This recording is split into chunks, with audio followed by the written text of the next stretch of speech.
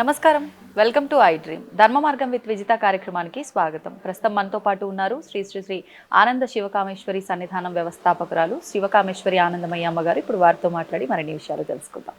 అమ్మ నమస్తే. శ్రీమాత్రే నమః. అమ్మ, మనం ఇంతకు ముందర ఎపిసోడ్లో మాట్లాడుకోవడం జరిగింది అసలు కార్తీక మాసంలో మనం ఎటువంటి విధానాలు ఆచరించాలి అని చెప్పి మనం కొంతవరకు మాట్లాడుకున్నాము. ఇంకా ఎటువంటి విశేషాలు మనం పాటిస్తే బాగుంటుంది, దాంతోపాటు మీరు అష్టకం గురించి కూడా, అరుణాచల అష్టకం గురించి కూడా చెప్తానన్నారు. మనకు అందులో సమయం సరిపోలేదు, మరి దీంట్లో దాని గురించి వివరించండి. తప్పకుండా తెలియజేస్తాను. యాదేవి సర్వభూతేషు శక్తి రూపేణ సంస్థిత. నమస్తస్యై నమస్తస్యై నమస్తస్యై నమో నమః. కార్తీక మాసము చాలా విశేషమైన మాసం అమ్మ. ముఖ్యంగా ముందు చేయకూడని చెప్పుకుందాం. ఈ మాసంలో శివకేశవ భేదం చూపించరాదు. శివకేశవుల్ని ఇద్దరినీ అర్చించుకోవాలి. ఎందుకంటే శివాయ విష్ణురూపాయ శివహే, శివశ్చ హృదయం విష్ణు, విష్ణుశ్చ హృదయం శివ. మా చిన్నప్పుడు గుడికి తీసుకెళ్తే ఇది చెప్పించేవారమ్మా. శివాలయంలో విష్ణుమూర్తికి నమస్కారం చేసుకునేమనేవారు మా నాన్నగారు. విష్ణాలయానికి వెళ్తే శివుణ్ణి తలుచుకునేమనేవారు. అంటే ఆయన హృదయంలో ఈయన, ఈయన హృదయంలో ఆయన ఉంటారట. వాళ్ళకిద్దరికి ఏం భేదం లేదు. ఆ భేదం చూపడం కూడా చాలా దోషము. ఆ శివకేశవ భేదం చాలా చూపించడం చాలా పాపం. అంటే పుట్టగతులు ఉండవు అనమాట. ఒక రకంగా చెప్పాలి అంటే శివకేశవ భేదం ఎట్టి పరిస్థితుల్లో ఈ మాసంలో చూపరాదు. ఎందుకంటే చూడండి, ఈ మాసాన్నంతా కూడా కార్తీక దామోదరుడిని అర్చించుకుంటూ ఉంటాము. పైగా శివుడు ఈ మాసంలో కార్తీక త్రయంబకేశ్వరుడని, అలాగే విష్ణువు కార్తీక దామోదరుడని పిలుస్తూ ఉంటాం. అలాగే శివాభిషేకాలు ఎంత శ్రేష్టమో, శివాలయాల్లో ఎన్ని పూజలు జరుగుతాయో అలాగే నారాయణ పూజ చూడండి, ఏకాదశి, ద్వాదశి, తులసి కళ్యాణం, తులసి పూజ, తులసి దీపారాధన, ఇలా చాలా విశేషం అండి. అందుకని ఎప్పుడు కూడా ఈ మాసంలో మీరు ఇత్తప్పుడు ఏం చేశారు ఏం లేదో తర్వాత విషయం, కానీ కార్తీక దామోదరుణ్ణి, కార్తీక త్రయంబకేశ్వరుని కూడా ఈ మాసంలో అర్చించుకోవాల్సింది. ఇక దీపారాధన మొట్టమొదటిగా చేయవలసింది తులసి దగ్గర. తులసి దగ్గర చేసిన తర్వాతే మిగిలిన చోట్ల దీపారాధన చెయ్యాలి. పూజా మందిరంలో కూడా తులసి మొక్క ఉంటుంది కదా ఇంటి దగ్గర. ముందు స్నానం చేయగానే తులసి పూజ చేసుకున్నాకే దీపారాధన చేయాలి ఈ మాసంలో. ఎందుకంటే దీపాలు ప్రత్యేకం కదమ్మా ఈ మాసం అంతా కూడా. ఆ దీపాలు కూడా శ్రేష్టమైన ఉపయోగించండి. మహా అయితే 1 నెల డబ్బులు ఖర్చు పెడతారు అంతే.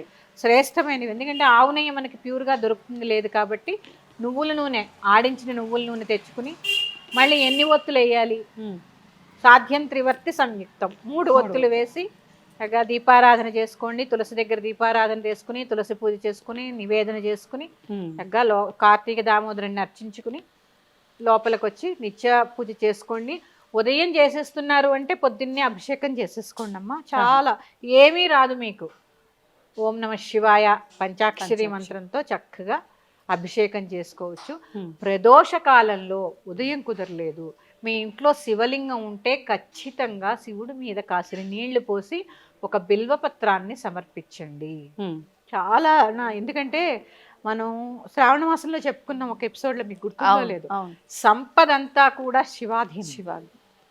సంపద కావాలి అనుకున్న వారు శివుణ్ణి అర్చిస్తే ఈ నెల్లాళ్ళు చక్కటి సంపద కలుగుతుందమ్మా.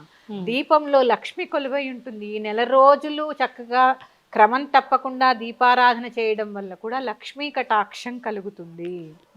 అందుకే కొన్ని నియమాలు, ఆహార నియమాలు, అల్లం వెల్లుల్లి తినకపోవడం, మసాలాలు తినకపోవడం. ఎందుకంటే ఈ మాసం కూడా చూడండి, సాయంత్రము పగలు తక్కువ ఉంటుంది, చీకటి తొందరగా అయిపోతుంది, ఆహారం అరగడం కూడా కష్టం. అందుకే ఉపవాసాలు ఎక్కువ ఈ మాసంలో. అంటే ఏవైనా కూడా మన ధర్మాన్ని, మన ప్రకృతిని అనుసరించే ఉంటాయి కదా మన ధర్మాలన్నీ కూడా. ఈ మాసంలో బ్రహ్మచర్యం పాటిస్తే కూడా చాలా మంచిది.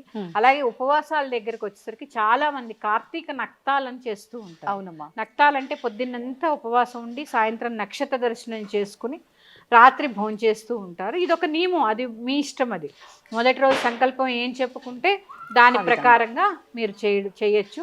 అలాగే ఆహార నియమాలు చెప్పాను చేయకూడని వాటిల్లో. అలాగే బ్రహ్మచర్యం పాటిస్తే చాలా మంచిదని కూడా నేను చెప్పాను. ఇక చివరిది, మగవారు కూడా దీపారాధన చేయాలి ఈ మాసంలో. కేవలం స్త్రీలకే కాదండి, మగవారికి కూడా దీపారాధన అవసరము. ఐశ్వర్యం ఒక ఆడవాళ్ళకే కాదు కదా. చాలా మంది శివాభిషేకం చేస్తే ఏం వస్తుందండి, పుణ్యమే వస్తుంది. కాదండి, పుణ్యంతో పాటు చక్కగా లక్ష్మీ కటాక్షం కూడా కలుగుతుంది శివుడికి బిల్వార్చన చేయడం ద్వారా. అలాగే చాలా మందికి అపోహ ఉంది, శివాలయాల్లో ప్రసాదం తీసుకోవచ్చా? ఈ మధ్య కొత్తగా వింటున్నాం, శివాలయాల దగ్గర ప్రసాదం తీసుకుంటే దెయ్యాలు భూతాలు పడతాయని. అదంతా శుద్ధ అబద్ధం. చక్కగా తీసుకోండి. కానీ ఈ చండీశ్వరుడికి కోపం వస్తుంది మనం శివాలయం నుంచి ప్రసాదం తీసుకొని వస్తే అని అంటూ ఉంటారు కదా. అందుకే ఒక కొబ్బరికాయ కొట్టామనుకోమ్మా, ఓ చెక్క చండీశ్వరుడికి పెట్టాలి, ఓ చెక్క మనం తెచ్చుకోవాలి. ఓకే, ఒక చెక్క అక్కడ పెట్టి మొత్తం తెచ్చుకోవద్దు. అవును, ఒక చెక్క అక్కడ పెట్టి ఒక చెక్క మనం తెచ్చుకోవాలి. అంతే తప్ప దెయ్యాలు భూతాలు ఏమీ పెట్టవు. తీర్థం ఇస్తే తీసుకోండి. అంటే ఉపవాసంలో ఉన్నప్పటికీ తీర్థ ప్రసాదాలు తీసుకోవచ్చు అంటారా టెంపుల్లో? ఉపవాసంలో ఉన్న తీర్థం తీసుకోవాలి. ఓకే, భగవంతుడి తీర్థ ప్రసాదాలు తిరస్కరించరాదు. భగవత్ కటాక్షం అక్కడే కదమ్మా మనకి దొరికేది. అవును అవును, ఆయన దగ్గర ఉంది, ఎంత ఎనర్జీ ఉంటుంది వాటికి, ఆ నీటికి కానీ ఆ ప్రసాదానికి కానీ. ఆయన భుజించిన కొబ్బరి చెక్క మనం తింటున్నామంటే ఇంకెంత ప్రసాదం. అందుకని చక్కగా ప్రసాదాలు తీసుకోండి. ఈ మాసంలో ఒక చిన్న పరిహారం కూడా చెప్తాను. చాలా మంది ఆర్థిక ఇబ్బందులతో ఇబ్బంది పడుతూ ఉంటారు. అలాంటి వారు ఈ 30 రోజులు ప్రదోష కాలంలో శివాభిషేకం చేసుకుని బిల్వ వృక్షం కింద కూర్చుని శ్రీ సూక్త పారాయణ చేయడం ద్వారా పరిపూర్ణమైనటువంటి లక్ష్మీ కటాక్షం లభిస్తుంది, సంపద కలుగుతుంది. చాలా రకాలైనటువంటి ఆర్థిక ఇబ్బందుల నుంచి విముక్తి కలుగుతుంది. మారేడు బిల్వ వృక్షం కింద గుళ్ళల్లో ఉంటుంది. ఇప్పుడు కూడా ఇంట్లో కూడా పెంచుకుంటున్నారు. ఒక వృక్షం ఉంటే చాలు, దాని కింద కూర్చొని దాని పక్కనైనా కూర్చుని చక్కగా శ్రీ సూక్త పారాయణ చేయడం చాలా శ్రేష్టం. ఇది ఆర్థిక ఇబ్బందులన్నింటినీ కూడా తొలగిస్తుంది. ఇప్పుడు ఈ పారాయణ చేస్తున్నప్పుడు ఒకవేళ ప్రత్యేకంగా నియమాలు ఏమైనా పాటించాలా? కార్తీక చాలా మంది పాటిస్తారు కార్తీక మాసం అంతా కూడా. ఒకవేళ అలా పాటించని వాళ్ళు ఈ పారాయణం మాత్రం చేసుకుంటాము అని అంటే ఆ ఫలితం ఉంటుందా? మరి నియమాలు పాటించాలా? చేసుకోవచ్చు. కాకపోతే ఆహార నియమాలేనమ్మా. సాత్వికమైన ఆహారం భుజించడం, కొన్ని కావాలంటే కొంచెం కష్టపడాలి కదా. అందుకని సాత్వికమైన ఆహారాన్ని భుజించడం. సాయంత్రం రాత్రి చదువుకోమన్నాను కాబట్టి ఒక దీపారాధన చేయడం ఆ బిల్వ వృక్షం దగ్గర, ఇది చాలా శ్రేష్టము. మీ అందరికీ కూడా చాలా సులువుగా చదువుకునేటటువంటి అరుణాచల అష్టకాన్ని నేను చదివి వినిపిస్తాను. చక్కగా చదువుకోండి, మీకు అందరికీ గూగుల్లో కూడా దొరుకుతుంది. ఇది దర్శనాదభ్ర సదసి జననాత్ కమలాలయే కాశ్యాంతు మరణాన్ముక్తి స్మరణాదరుణాచలే కరుణాపూరితాపాంగం శరణాగతవసలం తరుణేందుజటామౌళిం స్మరణాదరుణాచలం సమస్తజగదాధారం సచ్చిదానందవిగ్రహం సహస్రరథసోపేతం స్మరణాదరుణాచలం కాంచన ప్రతిమాభాసం వాంఛితార్థఫలప్రదం మాం చ రక్షసురాధ్యక్షం స్మరణాదరుణాచలం బద్ధచంద్రజటాజూటం అర్ధనారీకళేబరం వర్ధమానదయాంబోధిం స్మరణాదరుణాచలం కాంచన ప్రతిమాభాసం సూర్యకోటిసమప్రభం బద్ధవ్యాఘ్రపురీ ధ్యానం స్మరణాదరుణాచలం శిక్షయాఖిలదేవారి భక్షితక్ష్వేలకంధరం రక్షయాఖిల భక్తానాం స్మరణాదరుణాచలం అష్టభూతి సమాయుక్తం ఇష్టకామఫలప్రదం శిష్టభక్తి సమాయుక్తాన్ స్మరణాదరుణాచలం వినాయకసురాధ్యక్షం విష్ణుబ్రహ్మేంద్రసేవితం విమలారుణపాదాబ్జం స్మరణాదరుణాచలం మందార మల్లికా జాతి కుంద చంపక పంకజైః ఇంద్రాది పూజితాం దేవీం స్మరణాదరుణాచలం సంపత్కరం పార్వతీశం సూర్యచంద్రాగ్నిలోచనం మందస్మితముఖాంబోజం స్మరణాదరుణాచలం అరుణాచల శివ అరుణాచల శివ అరుణాచల శివ అరుణాచల అరుణాచల శివ అరుణాచల శివ అరుణాచల శివ అరుణాచల అరుణాచల శివ అరుణాచల శివ అరుణాచల శివ అరుణాచల అరుణాచల శివ అరుణాచల శివ అరుణాచల శివ అరుణాచల. ఓం నమః పార్వతీపతే హర హర మహాదేవ్. ఇది అరుణాచల సంస్కృతం. చాలా బాగుంటుంది, చాలా చిన్నదైనా కూడా చాలా మంచి ఫలితాన్ని మనకి ఇచ్చేటటువంటిది. అసలు ఈ మాసంలోనే అరుణాచల అనేది స్ఫురణకి రావడమే పూర్వజన్మ సుకృతం. చాలామంది దీపారాధన, అక్కడ దామోదర పూజ, లేకపోతే శివాభిషేకము, ఇవే. అరుణం అంటే, అరుణలింగం అంటే అగ్నిలింగం. ఈ మాసం అంతా కూడా కృత్తికా నక్షత్రం అగ్ని నక్షత్రం. అందుకని చక్కటి ఆరోగ్యాన్ని కూడా ప్రసాదిస్తుందమ్మా ఈ అష్టకం. అలాగే సరిపోతుందమ్మా? విన్నా సరిపోతుంది. ఇప్పుడు నేను పాడింది చక్కగా ఎంత ప్రశాంతంగా అనిపించిందో తెలుసా మీరు చదువుతున్నంతసేపు. చాలా బాగుంటుందమ్మా. మంచి అన్యోన్యమైన దాంపత్యం కలుగుతుంది ఈ స్తోత్రం. అంటే ఒక్కొక్క స్తోత్రం ఒక్కొక్క మహిమాన్వితమైనటువంటిది. అందులో ఈ అరుణాచల అష్టకం అమ్మ, అసలు అరుణాచలేశ్వరుడే చూడండి, మనకి ఆహారం అరగాలంటే లోపల ఏముండాలి? అగ్ని ఉండాలి. అన్నిటినీ ప్రసాదిస్తాడనమాట. మనకి ఆహారం కావాలంటే సూర్యుడి ద్వారా అగ్ని రావాలి. అందుకని ఈ అరుణాచల అష్టకం ద్వారా సకల శుభాలు కలుగుతాయి. చదువుకోలేని వారు చక్కగా ఇప్పుడు నేను చదివింది వినండి కూడా అది కూడా ఎలా వినాలి? త్రికరణ శుద్ధిగా వినండి. మాట ఎక్కడో మనసు ఎక్కడో పెట్టకుండా చక్కగా ఏవో ఇయర్ ఫోన్స్ పెట్టుకుని చక్కగా వినే ప్రయత్నం చేయండి. అలాగే బిల్వ వృక్షం కింద శ్రీ సూక్త పారాయణ కూడా చాలా శ్రేష్టమైనటువంటి ఫలితాన్ని కలగజేస్తుంది. అయితే ముఖ్యంగా కార్తీక మాసం అనగానే ఇదంతా కూడా ఆధ్యాత్మికానికి సంబంధించిన ఒక మాసంగా మనం విశేషంగా చెప్పుకుంటాం. మరి అసలు ఈ మాసం యొక్క ప్రత్యేకత ఏంటి, మాసం అంతా ఆచరించాల్సిన విధానాలు ఏంటో తెలియజేయండి. తప్పకుండా తెలియజేస్తాను. యా దేవీ సర్వభూతేషు కాంతి రూపేణ సంస్థిత నమస్తస్యై నమస్తస్యై నమస్తస్యై నమో నమః. ఐ డ్రీమ్ ఛానల్ వీక్షిస్తున్న ప్రేక్షకులందరికీ కూడా కార్తీక మాస శుభాకాంక్షలు. కార్తీక మాసము కార్తీకంలోనే ఉంది. కార్తీకము అంటే కృత్తికా నక్షత్రము చంద్రుడికి దగ్గరగా ఉన్నప్పుడు వచ్చేటటువంటి మాసాన్ని కార్తీక మాసము అంటారు. ఈ కార్తీక మాసంలో చాలా శ్రేష్టమైనవి స్నానములు, దీపారాధన, అలాగే తులసి పూజ, ఉపవాసాలు. ఒకటేంటి, చాలా విశేషాలు ఈ కార్తీక మాసంలో ఉన్నాయి. ఒక్కొక్కటిగా తెలుసుకునే ప్రయత్నం చేద్దాం. ముందుగా స్నానం. ప్రదోషకాలం నుంచి అంటే దగ్గర 3:30 నుంచి 5:30 లోపల స్నానాది కార్యక్రమాలు ఖచ్చితంగా పూర్తి చేసుకుని తీరాలి. అందుకే దీపావళి నాడు చూడండి, అభ్యంగన స్నానం కూడా ప్రదోషకాలంలో జరగాలని చెప్తారు. ఎందుకంటే ఈ మాసం అంతా కూడా తిలలలో లక్ష్మీదేవి, జలంలో గంగాదేవి నివాసం ఉంటారు. అందుకే స్నానానికి అంత ప్రత్యేకత. మనం ప్రత్యేకించి గంగానది దాకా వెళ్లాల్సిన పని లేదు. మామూలుగా నిత్య స్నానం చేస్తున్నప్పుడు శ్లోకం చదువుకుంటాం కదా, గంగే యమునే చైవ గోదావరి సరస్వతి నర్మదే సింధు కావేరి జలేస్మిన్ సన్నిధం కురు అని చదువుకుంటాం. కానీ ఈ మాసంలో ప్రత్యేకంగా జలమునందు గంగాదేవి ఉంటుంది.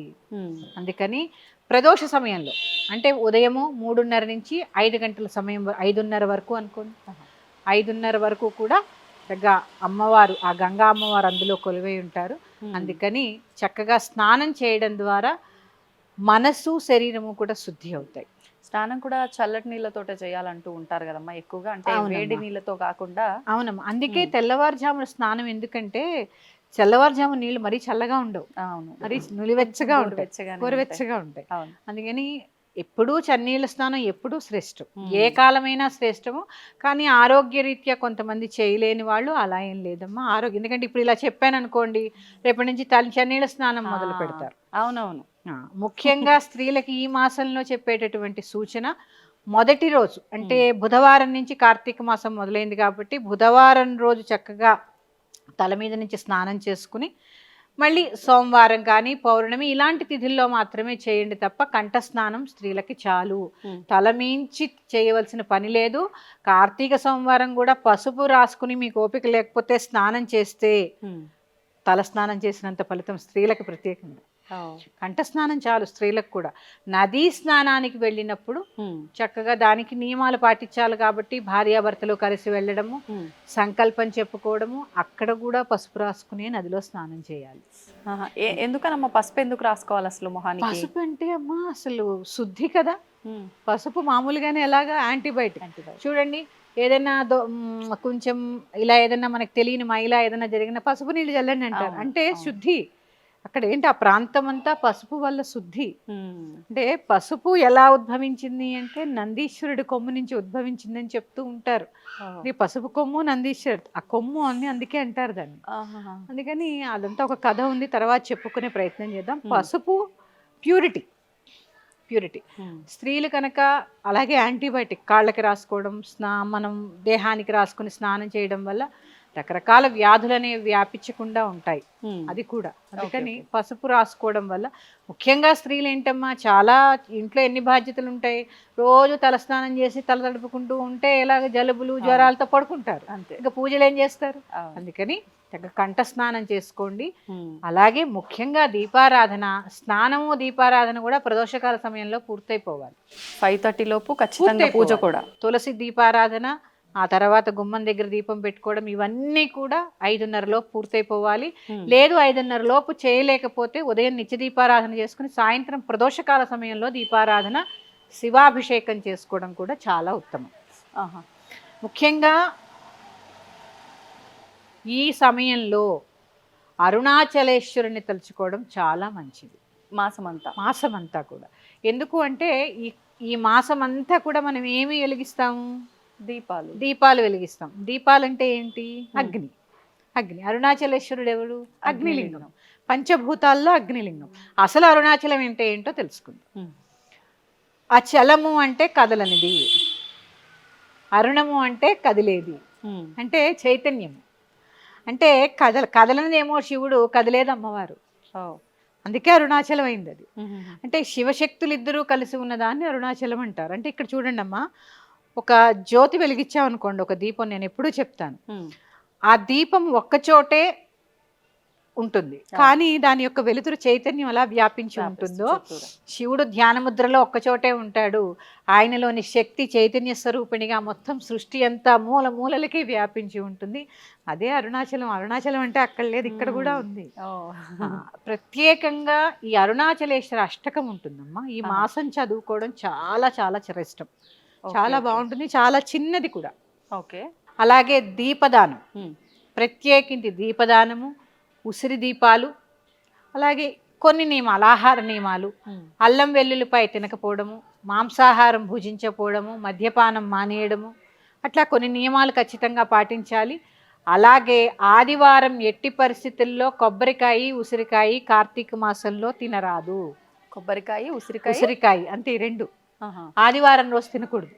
ఎందుకనమ్మా? కార్తీక మాసంలో అంటే కొన్ని నియమాలు ఉంటాయి కదమ్మా, మాసానికి చాలా విశేషమైన మాసం ఇది, ఆహార నియమాలు ఉంటాయి కాబట్టి ఆదివారం రోజు దాన్ని ఏమంటారు, ఉసిరిక అలాగే కొబ్బరి, ఈ రెండు. ఎందుకు తినకూడదు ఈ ఉసిరిక? చాలా మంది తినకూడదని చెప్తారు కానీ ఎందుకు తినకూడదో చెప్పరు. ఆదివారం రోజు అధిపతి సూర్యుడు. అవును. ఉసిరిక వృక్షము శుక్రుడికి అధిపతి. ఈ రవి శుక్రులు ఇద్దరు శత్రువులు గ్రహపరంగా చూస్తే అంటారు కాబట్టి ఆదివారం రోజు ఉసిరిక తినకూడదని చెప్తూ ఉంటారు. ప్రత్యేకించి ఈ ఆదివారం రోజు ఖచ్చితంగా కొబ్బరి, ఉసిరికాయ రెండు తినకూడదు. కానీ కార్తీక మాసంలో ఉసిరిక తినడం చాలా శ్రేష్టం, తినాలి. కానీ చాలా మంది అంటే ఉసిరి చెట్టుకు వీటికి దీపారాధన చేస్తాం, ఉసిరి దీపాలు పెడతాం కాబట్టి తినకూడదు అంటారు కదమ్మా. అమ్మ, తినాలి, ఉసిరి తినాలి కార్తీక మాసంలో. ఎందుకంటే ధాత్రి వృక్షం అని పేరు ఉసిరికకి. అంటే భూదేవి యొక్క శక్తి అంతా ఉసిరికలో ఉంటుంది. అంటే అందరి దేవతలు కొలియ ఉంటారు. మాకు చెట్టు మీద లక్ష్మీనారాయణులు, కాండంలో శివపార్వతులు, ఇట్లా ఆ ఉసిరి చెట్టే చాలా ప్రత్యేకత. ఒక్క కారం తప్ప అన్ని రుచులు ఉంటాయి ఉసిరికాయలు. అవును, తీపి, వగరు, పులుపు అన్నీ ఉంటాయి. షడ్రుచుల్లో కారం తప్ప అన్ని రుచులు కలిపి ఉన్నది చేదు కూడా ఉంటుంది. అది ఉసిరికాయ యొక్క గొప్పతనం. ఏ వృక్షానికి ఉండదు అలాగా, ఏ కాయకి ఉండదు. అందుకని ఉసిరికాయ చాలా శ్రేష్టము. అలాగే ఉసిరి దీపాలు పెట్టుకోవడం కూడా చాలా ఉత్తమం. సంతానం లేనివారు, వివాహానికి సంబంధించిన ఇబ్బందులు ఉన్నవారు ఎక్కువగా ఈ పూజలు ఆరాధనలు చెయ్యాలి అని అంటూ ఉంటారు. కానీ ఇది ప్రతి ఒక్కరికి అవసరమైన ఒక విధానమే. ఈ నాగుల చవితి రోజు పుట్టలో పాలు పోయడం కానివ్వండి. ఇప్పుడంటే మనకు పుట్టలు ఎక్కువగా కనిపించట్లేదు కాబట్టి జంట నాగ ప్రతిమలకి మనం ఏం చేసినా కూడా ఆ పాల అభిషేకమైనా ఏం చేసినా అక్కడే ఆచరిస్తున్నాము. కానీ పుట్ట ఉన్న దగ్గర మాత్రం ప్రత్యేకించి వెళ్ళి నానా రకాల విధ్వంసాలు అయితే సృష్టించి వస్తున్నారు అక్కడ. అసలు ఈ విధానం అంతా ముందర నుంచి ఇలానే ఉందా, లేదంటే ఇప్పుడు ఈ ధోరణి ఇలా మారిపోయిందా? అసలు ఏ రకంగా చేయాలంటారు ఆ రోజున? తప్పకుండా తెలియజేస్తాను. యాదేవి సర్వభూతేషు సర్వరూపేణ సంస్థిత నమస్తస్యై నమస్తస్యై నమస్తస్యై నమో నమః. నాగుల చవితి మామూలుగా కొన్ని ప్రాంతాల్లో శ్రావణ మాసంలో వచ్చేటటువంటి నాగుల పంచమిని, అలాగే కార్తీక మాసంలో వచ్చేటటువంటి నాగుల చవితి కార్తీక మాసం మొదలైన తర్వాత 4వ రోజు. ఈ సాంప్రదాయం ఇప్పటిది కాదమ్మా, చాలా పురాతనమైనది. ఈ నాగుల చవితి ప్రత్యేకంగా అందరూ చేసుకోవచ్చు. చిన్న పెద్ద, పిల్లలు, మగవాళ్ళు, అంటే లింగభేదం లేదు, దీనికి వయోభేదం లేదు. అందరూ పాటించవలసిన రోజు ఏదైనా ఉందంటే అది నాగుల చవితి. ఇక ఈ పుట్టలో చాలా మంది నన్ను అడుగుతూ ఉంటారు, పుట్టలో పాలు పోస్తే తాగుతాయండి అని. భక్తిగా పోసి చూడు, భక్తిగా పోస్తే నిజంగా తాగుతాయమ్మా. పోసి చూస్తే కదా. అలా అని ఇక్కడ మీరు అన్నారు కదా విధ్వంసం సృష్టిస్తున్నారు, నిజంగా పుట్టల దగ్గర విధ్వంసమే సృష్టిస్తున్నారు. తోసేసుకుంటారు, ఒక భక్తి పాడు ఉండదు. నేను ముందంటే నేను ముందు, నేను ముందు, ఇదే సరిపోతుంది. అక్కడ కూడా దీపారాధన చేయాలి, సంకల్పం చెప్పుకోవాలి, షోడశోపచార పూజ చేయాలి. అప్పుడు ఇన్ని పాలు మాత్రమే సమర్పించాలి. ప్యాకెట్ చింపేసి మొత్తం పోసేస్తారు. చాలా తప్పండి, చాలా తప్పు. ఎందుకంటే అక్కడ లోపల నిజంగానే సర్పం ఉందండి. పుట్టలు ఎక్కడో అరుదుగా ఉన్నాయి. మీరు ఇలా పోసేస్తే లోపలంతా బురదైపోతే ఎలా తిరుగుతుందండి సర్పం? ఒకసారి ఆలోచించండి. శాస్త్రానికి కొద్దిగా అందులో పోసి, బయట జంట నాగులు ఉంటాయి కదమ్మా, వాటికి పోయండి. చక్కగా క్యూ పద్ధతి పాటించి ఒకటి తర్వాత ఒకళ్ళు, ఎందుకంటే అందరూ పూజ చేసుకోవాలి కదా. ఖచ్చితంగా పుట్టలో పాలు పోసేయడం కాదండి, అందరూ సంకల్పం చెప్పాలి, మీ గోత్రం చెప్పుకోవాలి, మీ యొక్క వంశం పేరు చెప్పుకోవాలి, ఇవన్నీ చెప్పుకుని వారికి తెలియాలి కదా మరి. అందుకని చక్కగా తెలియచేసి దీపారాధన చేసుకుని, ఆవు నేతితో దీపారాధన చేసి, పుట్టలో చక్కగా కొద్దిగా పాలు పోసి, ఆ ప్రాంతాన్ని శుభ్రం చేసి, ముగ్గు పెట్టి, నువ్వులు బెల్లం కలిపినటువంటి చిమ్మిలి పదార్థాన్ని నివేదన చేసి, చలిమిడి కూడా చేస్తారు చాలా ప్రాంతాలు. ఈ రెండు నివేదన చేసి పుట్టమన్నుని చౌకి ధరిస్తారు. ఇక్కడ నాభి దగ్గర, ఇక్కడ పుట్టమన్ను అంత శ్రేష్టం. పుట్టమన్ను ధరిస్తే సర్పదోషాలంటే ఎక్కువగా ఎలా కనిపిస్తాయి? చర్మ వ్యాధుల్లో, సంతానోత్పత్తికి ఇవే కదా. అందుకని ఆ పుట్టమన్ను సర్పాలు తిరిగేటటువంటి ప్రాంతం కాబట్టి ఆ మన్నుని చెవుకి ధరిస్తే చెవుపోటి కూడా రాదని చెప్తూ ఉంటారు. సుబ్రహ్మణ్యేశ్వరికి మొక్కుంటే చెవుపోటు వస్తుంటా మా అమ్మమ్మలు చెప్పేవారు. అందుకని పుట్టమన్ను చెవుకి ధరించి, గర్భం దగ్గర కూడా ఆడపిల్లలకైతే ఇక్కడ బొట్టు పెడతారు నావి దగ్గర. సర్పదోషాలు తొలగిపోవాలి, మంచి సంతానం కలగాలని చెప్పి కలుగుతూ ఉంటాయి. ఇది నేను అనుభవపూర్వకంగా చెప్తున్నానమ్మా. పోయిన నాగుల చవితికి మా ఇంట్లో ఒకళ్ళకి నేను ఆ బొట్టు పెట్టడం జరిగింది. అమ్మాయి ఇప్పుడు గర్భవతి. సంతోషం. అంటే అందరూ జరుగుతాయా అని కాదు, భక్తి శ్రద్ధలతో చేయడం చాలా అవసరం. విశ్వాసం కూడా ఉండాలి. అలాగే ఇది ఉంటుందమ్మా, నవనాగ స్తోత్రం అని ఉంటుంది. 9 రకాల నాగులకి సంబంధించినటువంటి చిన్న శ్లోకం, చాలా చిన్నది. అక్కడ 11 సార్లు కానీ 9 సార్లు కానీ అక్కడ పారాయణ చేయడము. అంటే మనం అనుకుంటాము భూమిలో సంచరించేటటువంటి నాగులే అని, కానీ వీటికి రాజు ఉంటారు కదా. ఆ నాగులకి రాజు ఉంటారు, పాతాళ లోకంలో ఉంటారు. వాసుకి, అనంతం, ప్రత్యేకంగా కలియుగానికి కర్కోటకస్య నాగస్య, కర్కోటకుడు.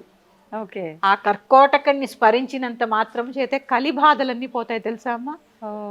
అందుకే నలదమయంతుల కథ చదవమంటారు. కలియుగం అంతా కూడా చదవాల్సిన కథల్లో నలదమయంతుల కథ ఒకటి, అందులో ఈ కర్కోటకుడి యొక్క ప్రస్తావన వస్తూ ఉంటుంది. అది కూడా చెప్పుకుందాం ఒకసారి. ఇలాంటి ఈ సర్పాలన్నిటి యొక్క పేర్లు రాజులు అన్నమాట, నవనాగులు అన్నమాట. ఆ నవనాగుల్ని స్మరించడము, అలాగే చక్కగా కడిగి పాలు పోసి మళ్ళీ కడిగి పసుపు కుంకుమ రాసి గంధం బొట్టు పువ్వులు పెట్టి నువ్వుల నూనెతో దీపారాధన చేసి ఆ తెచ్చిన పాలలో ఇన్ని మిగిల్చి నివేదన చేసి ఆ పాలు ఇంటిల్లిపాది తీసుకోవాలి. ఖచ్చితంగా సర్పదోష నివారణ జరిగి తీరుతుంది. త్రికరణ శుద్ధిగా ఒక్కసారి నేను చెప్పినట్టు బడబడా ప్యాకెట్ చింపేసి పాలు పోసేయడం అలా అసలు చేయకండి. ఇన్ని పాలు రాగి పాత్రలో పోయరాదమ్మా, రాగి పాత్రలో మజ్జిగ కానీ పాలు కానీ పోస్తే కళ్ళుతో సమానం. ఎందుకంటే అది లోహం కదా, పాలు దానికి కెమికల్ రియాక్షన్ ఉంటుంది కదా, అందుకని పోయకుండా చక్కగా ఏదైనా చిన్న స్టీల్ కాకుండా గాజు పాత్రలోనో లేదా ఇత్తడి పాత్ర కూడా వాడచ్చు. ఇత్తడి పాత్రలోనో పోసుకుని చక్కగా తీసుకువెళ్ళండి. ప్యాకెట్తో చింపి మాత్రం పోయకండి, అది నేను చెప్పేది. ఏదీ లేదు మాకు స్టీలే ఉంది పట్టుకెళ్ళండి. అవును, కానీ రాగి వాటిల్లో పాలు పోసి మాత్రం పోయరాదు. ఓకే, ఏదైనా కూడా అక్కడ శాంతంగా ఒక్కొక్కరికి 5 నిమిషాలు పడుతుందమ్మా. అవును, చాలా ఎక్కువసేపు కూడా కూర్చుంటారమ్మా అదే పనిగా. ఏం లేదు, షోడశోపచార పూజ ఎలా చేయాలి నేను చెప్తాను. ఓం నాగరాజాయ నమః ధ్యాయామి, ఓం నాగరాజాయ నమః ధ్యానం సమర్పయామి, ఓం నాగరాజాయ నమః ఆవాహయామి, ఓం నాగరాజాయ నమః పాద్యం సమర్పయామి, ఓం నాగరాజాయ నమః అర్ఘ్యం సమర్పయామి. ఇట్లా ఈ నామంతో 16 ఉపచారాలు చేసుకోండి చక్కగా. 9 సార్లు కానీ 11 సార్లు కానీ నవనాగ స్తోత్రాన్ని పఠించండి. బెల్లము నువ్వులు కలిపినటువంటి ప్రసాదాన్ని నివేదన చేసి కొద్దిగా పుట్ట దగ్గర సమర్పించి, పుట్టలో వేసేయకండి, పుట్ట దగ్గర సమర్పించి పుట్టమన్ను కాస్త ఇంటికి తెచ్చుకోండి. ఇప్పుడు ఈ పుట్ట దగ్గర పెట్టిన ప్రసాదాలు కొబ్బరికాయ అవి మళ్ళీ మనం ఇంటికి తెచ్చుకోవాలి కదా. Okay okay. చాలా మంది సర్పాలు కల్లో కనిపిస్తే చాలా తప్పంటారమ్మా, అది చాలా శుభం, చాలా శుభం. ఏ విధంగా అమ్మ శుభం అంటే? విష సర్పాలు కదా అన్నట్టుగా చాలా మంది నెగిటివ్ గానే ఆలోచిస్తారు. అమ్మా సర్పాలు విషం కాదమ్మా, పాతాళ లోకంలో మన భూమిని మోస్తున్నాడు నాగరాజు, ఆయన మోస్తున్న బట్టే మనం ఇక్కడ ఉన్నాం. అందుకని విషయం కాదమ్మా. మనకి సంతానం కావాలన్నా, చక్కటి ఆరోగ్యం కావాలన్నా, అలాగే భూమి కొనుక్కోవాలన్నా ఇవన్నీ వారి యొక్క దయ ఉండాలి, సర్పరాజు యొక్క దయ ఉండాలి. అందుకని ఆ నాగుల యొక్క దయ ఉండాలి. కాస్త పుట్టమన్ను తెచ్చి చంటి పిల్లల దగ్గర నుంచి చెవుకి ఇట్లా ఇక్కడ ఈ ప్రాంతంలో చక్కగా పుట్టమన్ను పెట్టండి. పెళ్ళైన స్త్రీలు, ఆడపిల్లలు పెళ్లి కావాల్సిన వాళ్ళకి కూడా నాభి దగ్గర చిన్న అటు బొట్టు కింద కూడా ధరించండి, చాలా మంచిది. లేదు మాకు పుట్ట అవకాశం లేదు, ఇంటి దగ్గరే పిండితోటి ఒక నాగపడగని ఏర్పాటు చేసుకుని, సర్పాన్ని ఏర్పాటు చేసుకుని అక్కడే కూడా పాలు పోసుకోవచ్చు. తర్వాత ఇంకా బాగా వచ్చు మాకు శ్లోకాలు, మేము ఇంకా చదవగలము అన్న వాళ్ళు సర్పసూక్తం చదువుతూ కనుక అభిషేకం చేస్తే చాలా విశేషమైన ఫలితం ఉంటుంది. ఒకవేళ అంటే ఇంట్లో చిన్నగా సుబ్రహ్మణ్య స్వామికి సంబంధించిన ఏదైనా విగ్రహం ఉంటే అక్కడైనా చేసుకోవచ్చు, అందరికీ ఇప్పుడు పుట్టలు అవైలబుల్ గా ఉండవు, అందరూ గుళ్ళకి వెళ్ళలేరు, ఇంట్లో కూడా చేసుకోవచ్చు. కానీ చేసుకోవడం మాత్రం మానద్దు. దీనికి ఆనవాయితీ ఏం లేదమ్మా, అందరూ చేసుకోండి, అందరూ చేసుకోండి, చాలా మంచిది. ఇంకా చెప్పాలి అంటే ఇంకొక విశేషం చెప్తానమ్మా దీంట్లో. మాకు సర్పదోషం ఉంది, సంతానం కలగట్లేదు అన్నవారు ఇంత పుట్టమన్ను తెచ్చుకుని చిన్న మాత్రల్లో 3 మాత్రలు చేసి మింగండి. శుభ్రమైన మట్టిని తెచ్చుకుని 2 మాత్రలు చేసి మింగండి అవి ఆ పుట్టమన్నుని. అది అంటే మరి పుట్ట లోపల చేపెట్టేసి తీయకుండా దొరికిన మన్నుని కాస్త శాస్త్రానికి చిన్న చిన్న ఉండలు చేసుకుని 2 ఉండలు మింగండి. పుట్ట దగ్గర ఎట్టి పరిస్థితుల్లో క్రాకర్స్ కాల్చద్దు. ఎందుకంటే అమ్మా వాటికి వేడి అన్నా, అగ్ని అన్నా, చప్పుడన్నా చాలా భయం జంతువులకి కదా, అందుకని అలాంటి పనులు చేయకండి. కొంతమంది గుడ్లు పోసేస్తూ ఉంటారు. ఇప్పుడు నేను చెప్పాను కార్తీక మాసం అంటేనే సాత్వికమైన ఆరాధన, సాత్వికమైన భోజనం. మళ్ళీ కోడిగుడ్లు ఎందుకమ్మా వాటికి? అందులోనూ టెంపుల్లో ఉన్న పుట్టల దగ్గర కూడా గుడ్లు మోసుకొని పోతారు. ఇది ఇక్కడ అదో పెద్ద అఘాయిత్యం అనే చెప్పాలి. మీ ధైర్యానికి మెచ్చుకోవాలి. దేవాలయాల్లోకి గుడ్లు తీసుకెళ్తున్న మీ ధైర్యానికి మెచ్చుకోవాలి. అందుకని గుడ్లు వేయకండి అమ్మా, చక్కగా పుట్టలో పాలు పోయమని చెప్పారు కానీ గుడ్లు పోయమని చెప్పలేదు మిమ్మల్ని. ఆ రోజున ఉపవాసం కూడా ఉండాలమ్మా? ఉంటారు. తరిగిన కూర తినకూడదు ఆ రోజు. ఉపవాసం ఉండలేని వాళ్ళు చాకుతో కోసినటువంటి పదార్థాలని తినకూడదు.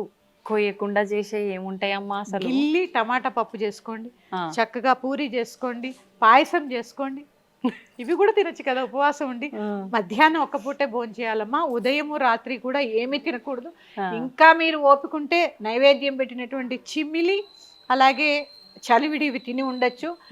పిల్లలు కావాలనుకున్న వాళ్ళు, సర్పదోషం ఉన్నవాళ్ళు, సంతానాభివృద్ధి కోరేవారు కూడా, పిల్లలున్న ప్రతి ఒక్క తల్లిదండ్రులు, మళ్ళీ దీనికి కూడా కేవలం ఆడవాళ్లే కాదు, మగవాళ్ళు ఆడవాళ్ళు ఇద్దరు కలిసి దంపతి సమేతంగా పిల్లలతో పాటు వెళ్ళి చక్కగా పుట్టలో పాలు పోసి నమస్కారం చేసుకోండి.